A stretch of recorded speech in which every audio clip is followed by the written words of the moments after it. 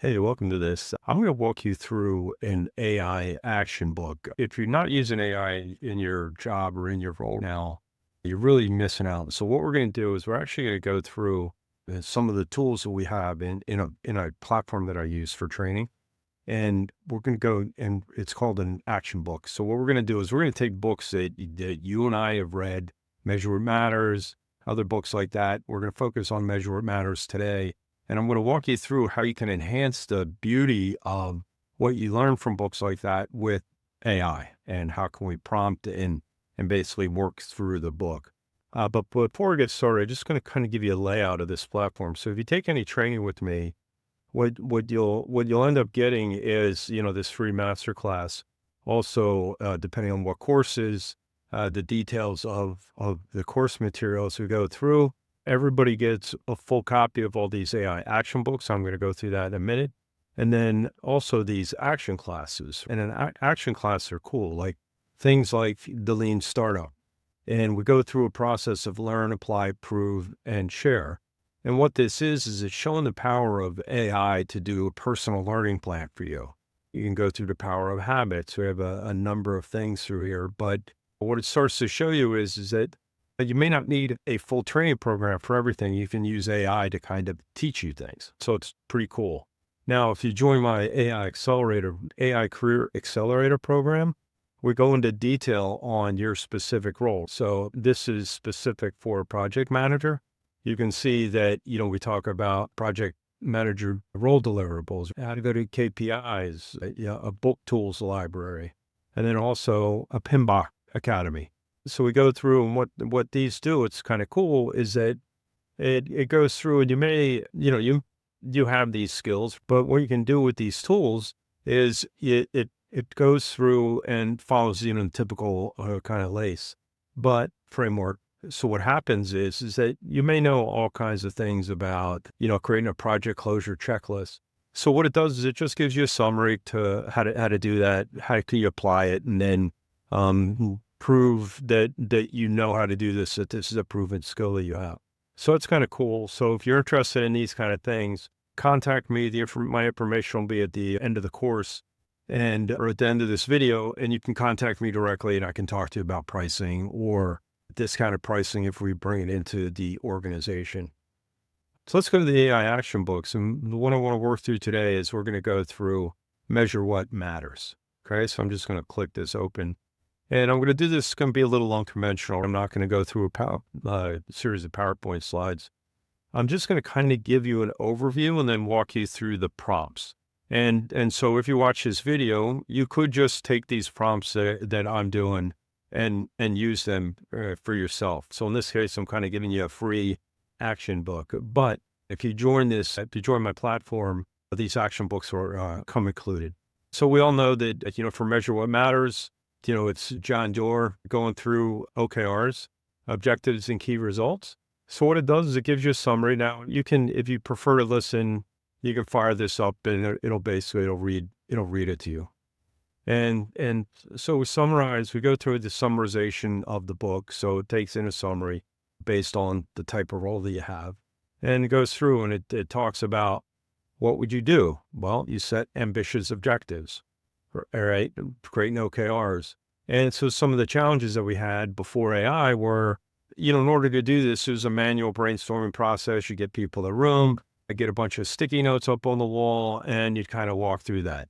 And the nice thing about this is what it does is as it explains it to you, it'll build a metaphor for you. So in this case, it's like planning a mountain climb without a map. You might know what you want to do, where you want to go, but you don't really have proper tools for guidance and things like that. And so when you say set ambitious goals with a chatbot, and I'm going to just say chatbot AI. So what this refers to is you can be using OpenAI, Copilot, Claude, whatever your flavor of chatbot is. And so then as you're reading through, it gives you it gives you prompts to use. So let's just straightforward, we're just going to copy and paste these into ChatGPT. Now, it's much better if you have a reasoning version of ChatGPT, paid version. And so this, I'm going to use the O1 model. So it's just going to be pretty generic. Reasoning AI brings strategic depth. I'm just going to copy it, and I'm going to run it. Part of what we're doing is we're just going to set up the chat with some context. So reasoning AI brings out strategic depth to the process. By analyzing data and recommended tailored strategies, it helps teams set objectives. So, thought for a little bit and it comes back and it gives you some ideas. So precision meets inspiration. So now you can start creating things, natural fit and clear ROI. And so if you package it this way, you're not just saying AI is cool, you're providing a practical tool that you can actually do something with. So what we're doing with this first prompt is just setting context. So let's move this out of the way. And then we would go through and, now what can we do with reasoning? So what we're going to do is we're actually going to take, and because we can reason over data in this prompt, I'm going to copy it in and then we'll copy some data into it. Guess I can just do Control V. Okay, so you can see we have that anytime you see these brackets, you want to paste your own data in here. So what I'm going to do is I already kind of put some data together. So here's the data I wanted to use. So here's my performance data over the last bunch of months. So I'm going to go through and now I'm using reasoning AI. This is information that we probably talk about across the whiteboard. Then we're going to give it to the AI and let it do its thing. So it breaks it down. Let me let it go and then I'll scroll back up and we can take a quick review. But you can see how detailed this is already. And so now, we're not only building documentation, we can easily, copy this out, edit this in Canvas. But as you can see, it starts to take a look at it. So let's break down it into two. Is it feasible? Because this is one of the things that we want. You can't just walk in and say, hey, I want to do this in 28 days and it's going to take 4 months. You want that feedback away. And so you're going to go through and it's going to do a growth check. Over the last 6 months, you've gone from 10 to 12 and increased 2,000 users on average. That's about 3 to 4% monthly. And some months are stronger than others. So that's good information to have. And you want to grow from 12 to 24 within 6 months. That's 100% growth in the same time period. It's about 20%. So in other words, you need to quadruple. And is it possible? It is, but it's a bold leap. So this might qualify as a, bold strategy. And so then it talks through and it gives you, and I'm not going to read through all these in the interest of time, but it gives you some background and then it comes to a conclusion. So you double in 6 months. Now, the interesting thing is if you open it up in Canvas, you can so you can see it comes down and it gives you a nice summary. So we're going to continue to work through this. And I might go quickly through these prompts because I think you get the general idea. And so why does this work? AI, brings strategic depth to the process. So a lot of information that you may not have added in. And then you can also add more and more complicated metrics to that. So maybe it's not only monthly active users, but you can talk about other things that are related, like maybe you made SEO adjustments or things like that, and you want to add those statistics in also.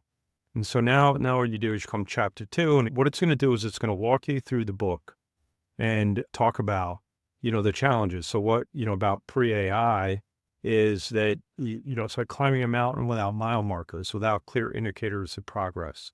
So it's hard to stay motivated. You're not really sure what to do. So now we want to define the key results with a chatbot AI. We're going to copy this in. What's our objective to increase quarterly revenue? Can you suggest 3 measurable key results that align with this progress? Right. This is a made up example. So we'll see how good it does. Our objective is to increase quarterly revenue. And so it comes back. It's going to talk about here are 3 measurable key results that you can use. So new customer acquisition. What's the key result? Increase the number of paying customers from X to Y. And this is where you want to come up with your real values, why it works. It brings in fresh revenue stream tracking, walks through average revenue per customer. So you want to increase it and talk about what it is. And this is what I was talking about. There may be other data that you have that you want to bring into the process. And then it's going to give you some tips for setting the targets. And so now it's basically working you through your key results.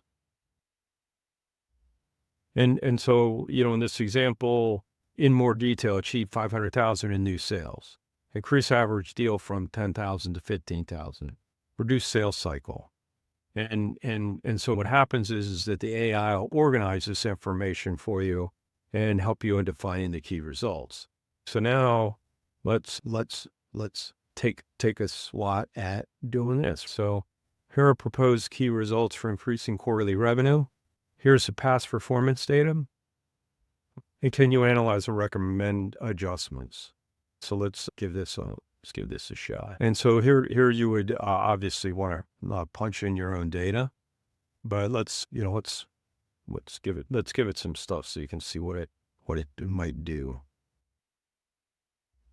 So here's some key results: increase new sales. So I'm copying what we have there. So here's past performance, previous quarters, new sales, average. Can you analyze these and recommend adjustments?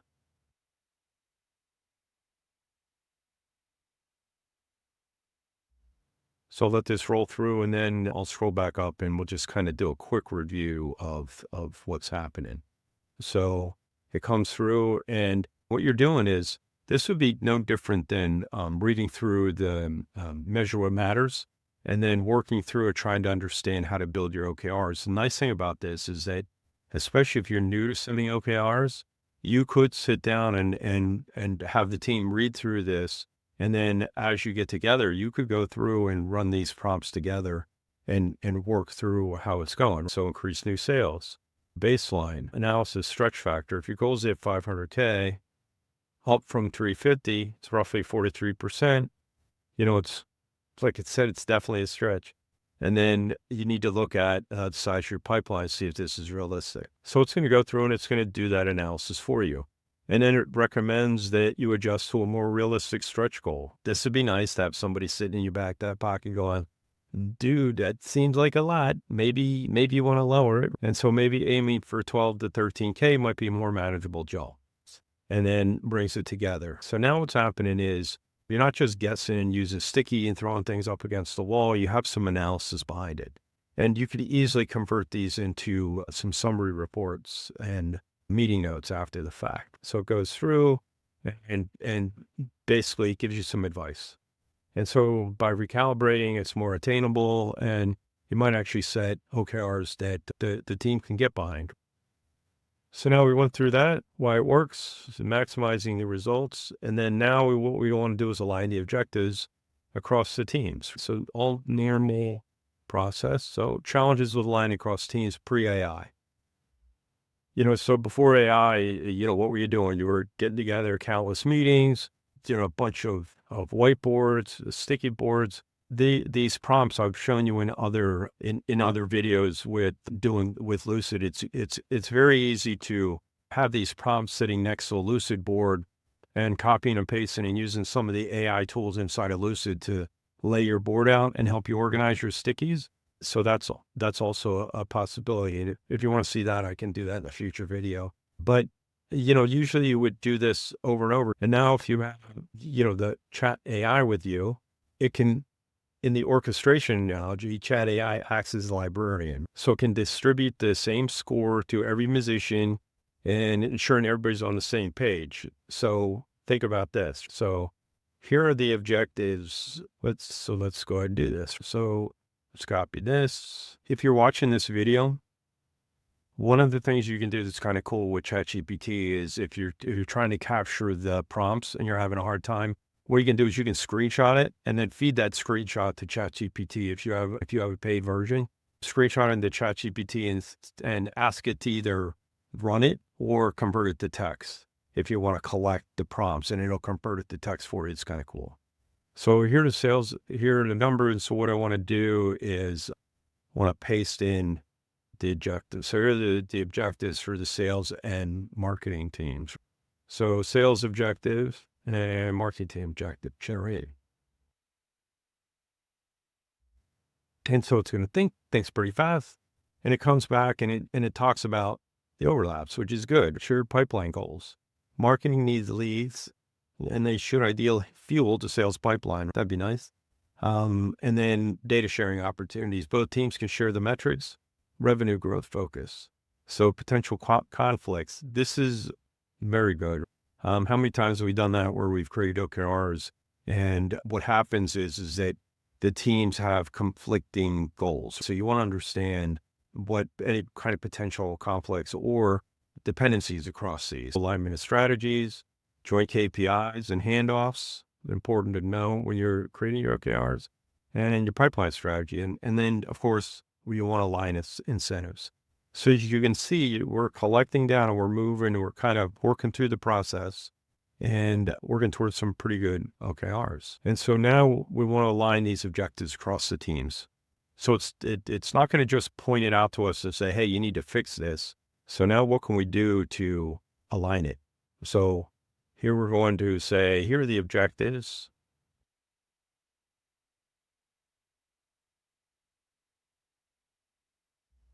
So let's copy this in, and then we're going to repaste. So here are the objectives for the marketing team. So let's copy those back in. Here are the objectives for the marketing team. And then, and then here's the company goal. That's the important part. This is what we want to do. We want to make sure that everybody is working towards the same goal. Okay? So if I could use my cursor. And so the company's goal is to achieve a 25% overall revenue growth by the end of the year while expanding into 2 regional markets. So we have sales and marketing. They have their objectives. We have some conflicting. And so what we want to do is we want to bring in the team objectives and then align it to the corporate goal, the company goal. So it's going to ponder this. Then it's going to come back with its recommendations and how to bring things together. Now, if you run this yourself and you're using your own goals, I'd even go back to, it'd be great if you're actually working through OKRs now to go through this, but you think about this. So it's coming back for the alignment of the goals achieved. So now it's got the goals, the top thing, objective, close, marketing objective, generate, overall, both objectives. However, neither explicitly references the new regional expansion, which is a critical part. So what do we want to do? We want to include regional focus. So segment the 50 new mid-market goal by region, for example, AIM 2025.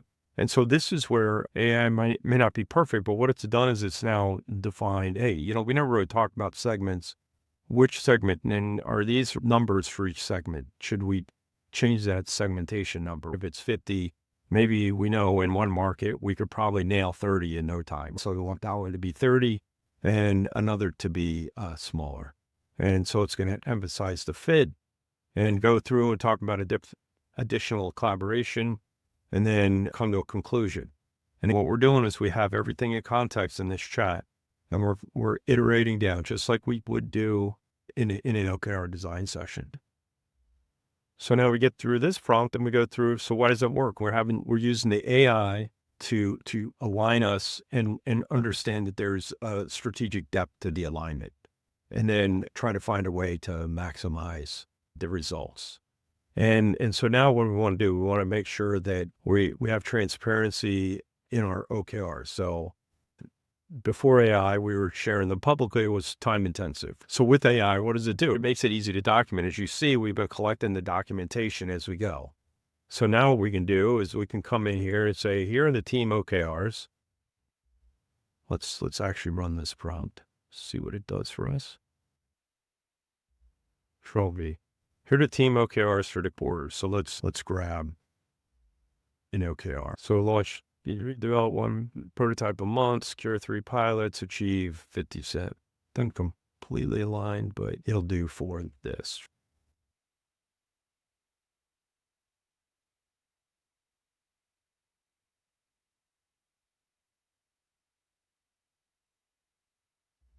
So now what it does is it starts to create a set. It documents it. So it's giving suggestions on how to communicate and share them in a dashboard. And it gives some suggestion of tools that you probably have. And then talk about deadlines, weekly check-ins, 15-minute automation. You can use Slack Teams, prototypes. So it's walking you through how you could do it. And then here's a sample weekly update format. Now, what you can do with this is that you can actually take this and use this as a prompt output. So you could grab this and save it off, and then either email or whatever you're going to do, you can take in whatever progress you have, just write it up by hand, just roughly, and then dump this in, and it'll format it in this format. So your weekly update will look the same all the time. And so that's actually very helpful. And then from there, you can build dashboards and things like that. We talked about that in a little bit. And so public OKRs, reasoning. If you've read Measure What Matters, this all kind of tracks for you. And so here are the OKRs. You can analyze these for alignment, identify potential conflicts. And then let's paste in the OKR. These are the OKRs for product marketing, sales teams. So now if you have teams, typically what we see is teams go away. I don't really love this, but teams will go away and work on their OKRs individually, and then they'll come back together. So if you think about it, if you can do this in a session with a chatbot, you could actually do this all together. But if not, this is a way, like I said, if you've already been through building out your OKRs, you could start here and feed it your OKRs and have your chatbot do some analysis for you. So it comes back and it says, for the product team, they want to reduce drop-off rate by 20%, then definitions. And then what it does some analysis. So overall alignment, the high-level theme, better user experience for product, increase brand visibility, and moving up market. This actually may not seem like a big deal, but this is huge, because if you're all in the same room and product is like, well, that's not really what we're going for. Maybe they need to reevaluate their OKRs, because if you think about it, it's a reasoning engine. So it's taking the words that you use and it's generating a response from that. And so if the response that it's generating doesn't align with what you intended, then take a look at what you're feeding it, what the context is that you're giving it, because these are the assumptions that a normal person that are reading it would come to a conclusion of just by looking at the OKRs. So this is helpful. And so it starts to point out your potential conflicts, right? And then recommendations for better collaboration, refine marketing channels, incorporate shared metrics, cross-team workshops, stand-ups, tailor the onboarding. And a conclusion. These are nice reports to do. Like, let's say after you get your OKRs together, hey, after our first draft, we came up with this and we have these things. And this could be the report that you set out to set you up for the next meeting if you break and are planning on doing multiple sessions. And so it moves through results a lot faster. And now you want to track the progress with discipline. This is all a summarization of the book, Measure What Matters, right? So these are all the things the advice that he's given in the book. So it's done a summary, and then you want to track with discipline. Here's a prompt that you could use, right? Treat these as sample prompts. There's no reason that you can't modify these prompts as you use them. If you don't like them, or you feel there needs to be better context or whatever, then, feel free to change them. So here are the key results. Here are the key results for increasing website traffic.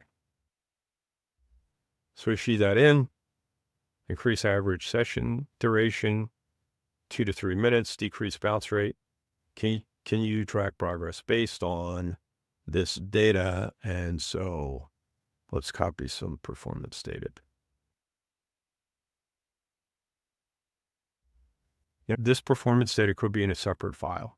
So you can include a file and tell it that, use the performance data found in this file. It's very good at extracting out the information, but cut and paste works well too. So it's going to do an analysis of your data. So it blows a recap. So you grew the monthly unique visitors from 50 to 70. And then week 1, week 2, and it shows the growth. And then the trend, it's increasing each week, about around 7,800. You're still under your target, but you're heading in a direction. So you may need to, so it's talking about areas of improvement. And then increase average session. That it shows the trend. Overall, you're still below. It gives you some areas that you can improve. And same with this. And so it gives you an overall highlight. So think about this. If what you want to do is, you're getting ready to go into your weekly meeting and you can pull in the data, up to the minute data as you're walking into the meeting, or do it in the meeting. You grab the data and then run it and then walk through the suggestions and talk to the team about what changes you might make, if any. And so you can see how going through understanding the book and, for people that haven't been through it before, don't want to read through the whole book, can go through and do this as a summary before they walk into the session. And so then you come into here, and what we want to talk about is how do we track progress? And we want to be disciplined about it. Let's take a look at this prompt.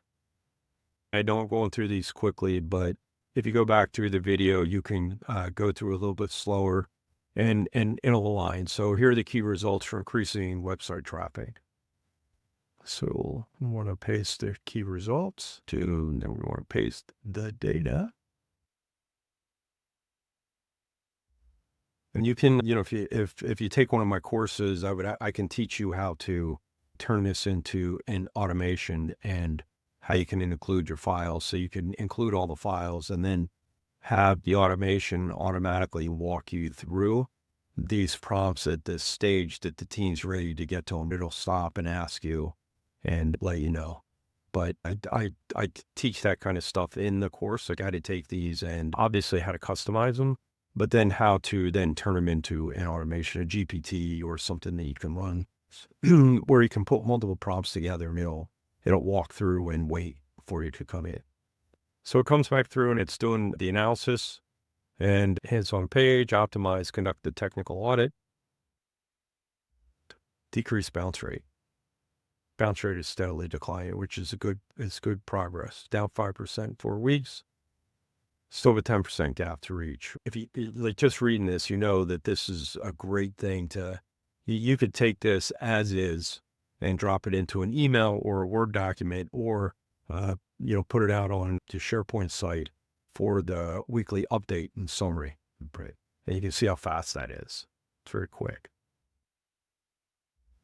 Okay, we're going to go through, and now we're going to, you want to celebrate the achievements, build momentum. The idea before AI, you have to track it on your own, the, smaller wins to track, and you have a tendency to miss some of the opportunities. And the more often that you can look at this, how cool would it to be to just have, you have a daily trend indicator and, everybody sees it maybe as part of their chat and it just shows up and it's giving them an update all the time. And you can do that because you don't have to calculate this by hand anymore. You could create an automation and that even without any programming skills, that you can create something that you could walk into your office in the morning and then just run it and post it. So you have up to date minute all the time. So we've completed one of our key results.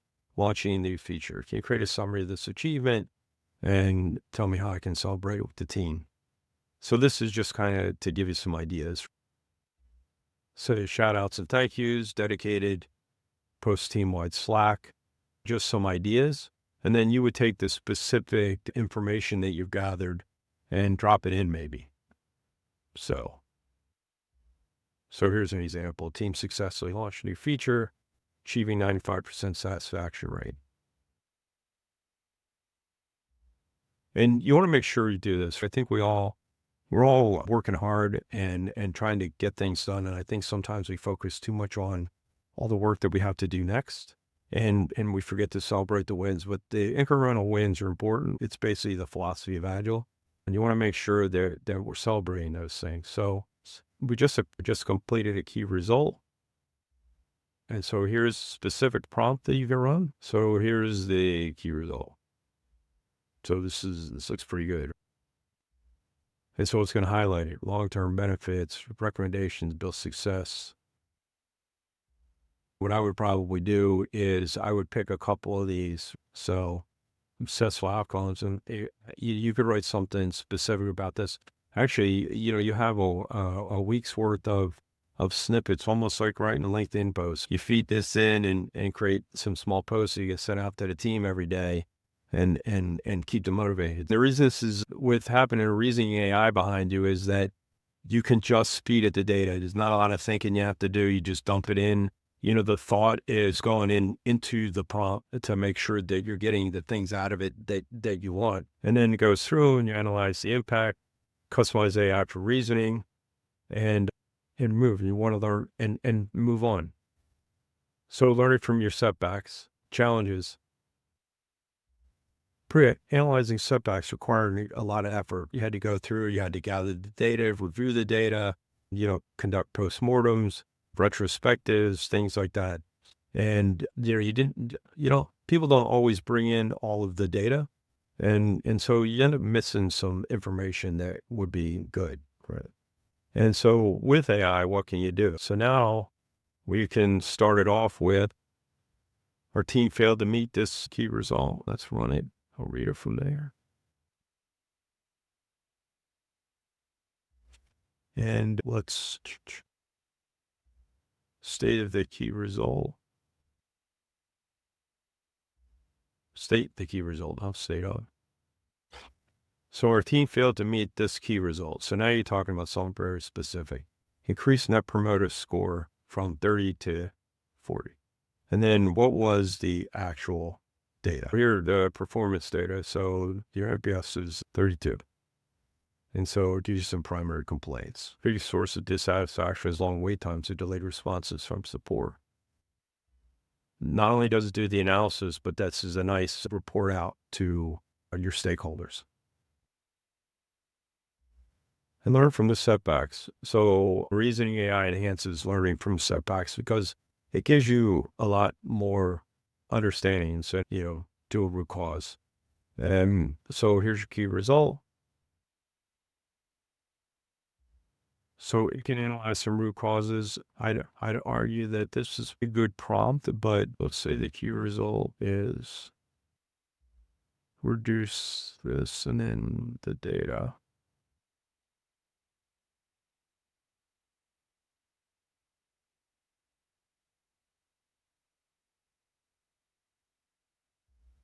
And so it's going to do its own root cause analysis. So it's going to go through resource constraints, staffing levels, skill gaps. And this isn't bad. It's a good place to start, but I prefer to, you can take this through, like I said, actually, there's another video I've done with, creating a problem statement with lucid charts, and it walks through a GPT that'll walk you through the 5 whys and give you more detailed root cause analysis. But this isn't bad. And so it's giving you some things you can take a look at, and then recommendations for systemic changes, besides the team, escalations, and things like that. And then reducing the resolution for 4824. And the conclusion, it turns out that this is a really good readout. And they go through chatbot, embedded a culture of accountability, which is always good. Go through, how can we do that? Well, let's take a look.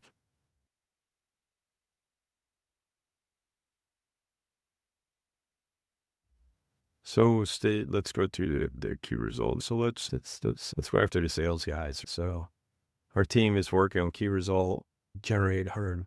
Can you help us track individual contributions? Our team, flip it in.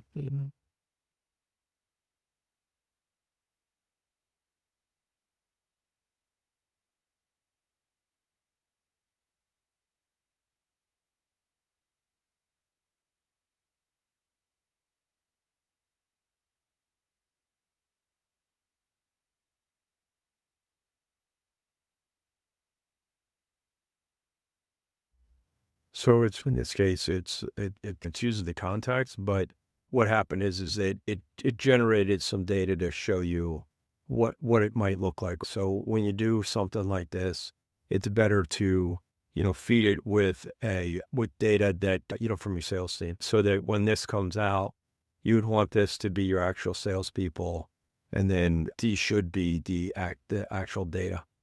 But what it does, it gives you clear structure of how you want to set that up. And so you can use this prompt. These are samples. And what you want to do is modify them for your team and then embedding the culture of accountability. And the nice thing about it is that it's the data from the OpenAI or from the chatbot. And so what happens is it's neutral. It's not somebody kind of manipulating the numbers. It just is what it is. And everybody can, just like a retrospective, you go in there and you analyze the data and you deal with it. And so here's a performance data for a team working on.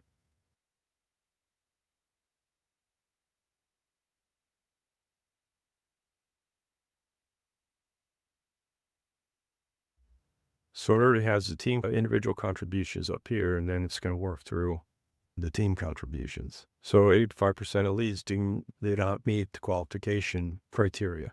And so now what happens is now that you know this, you can focus on what do we mean by qualified leads? And so now you have real data to go against and it's giving you some suggestions going in, challenges, root causes, and going through it. But what this does is it's a good report to help the team be accountable and then to work through and figure out what an action plan is and go through dashboards, regular stand-ups, continue refining.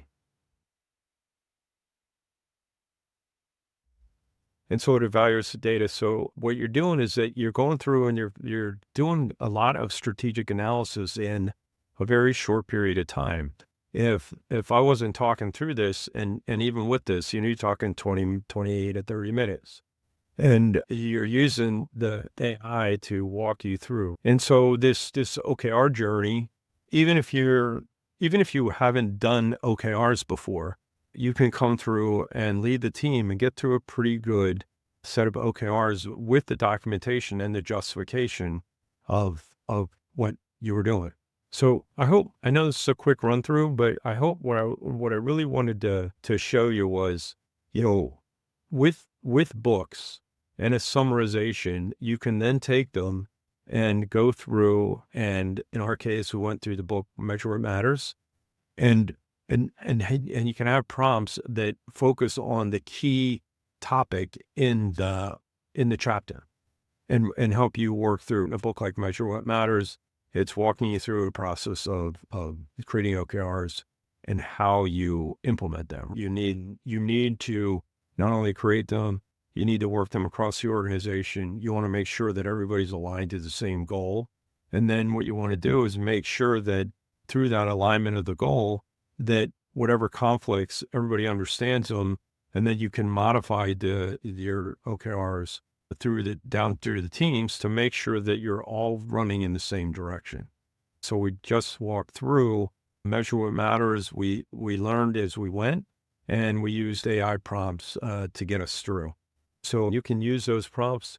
And if you take one of my courses, these books and some of the action classes come with it. Also, you can purchase licenses to the platform, which or not only give you action classes, but if you purchase based on a role, like, so let's say you have a team of project managers and you want the AI career accelerator, AI career acceleration and accelerators, we have a series of these for all kinds of roles: Scrum Master, Product Owner, Product Manager. This is for Project Manager, this specific one, and it goes through in more detail. But all that is part of the platform, and I appreciate you being here. Thank you. The world is racing forward with AI and uncertainty. The biggest mistake you can make in your career right now is to stand still. So the question isn't if you should embrace AI, it's how. Should you be a generalist or a specialist? And in today's economy, becoming a generalist with AI is the route to go. To understand how to make it work in your current job, how can you do automation? How can you embrace all of the AI technology around you and encompass it into you moving forward in your career by helping your company and by helping you grow with these new skills? So you need to embrace change. Remember, it's not the biggest and the strongest that survive. It's the people that have the ability to adapt. So if you want more insights like this, follow me on LinkedIn or subscribe to my YouTube channel, and let's shape this future together.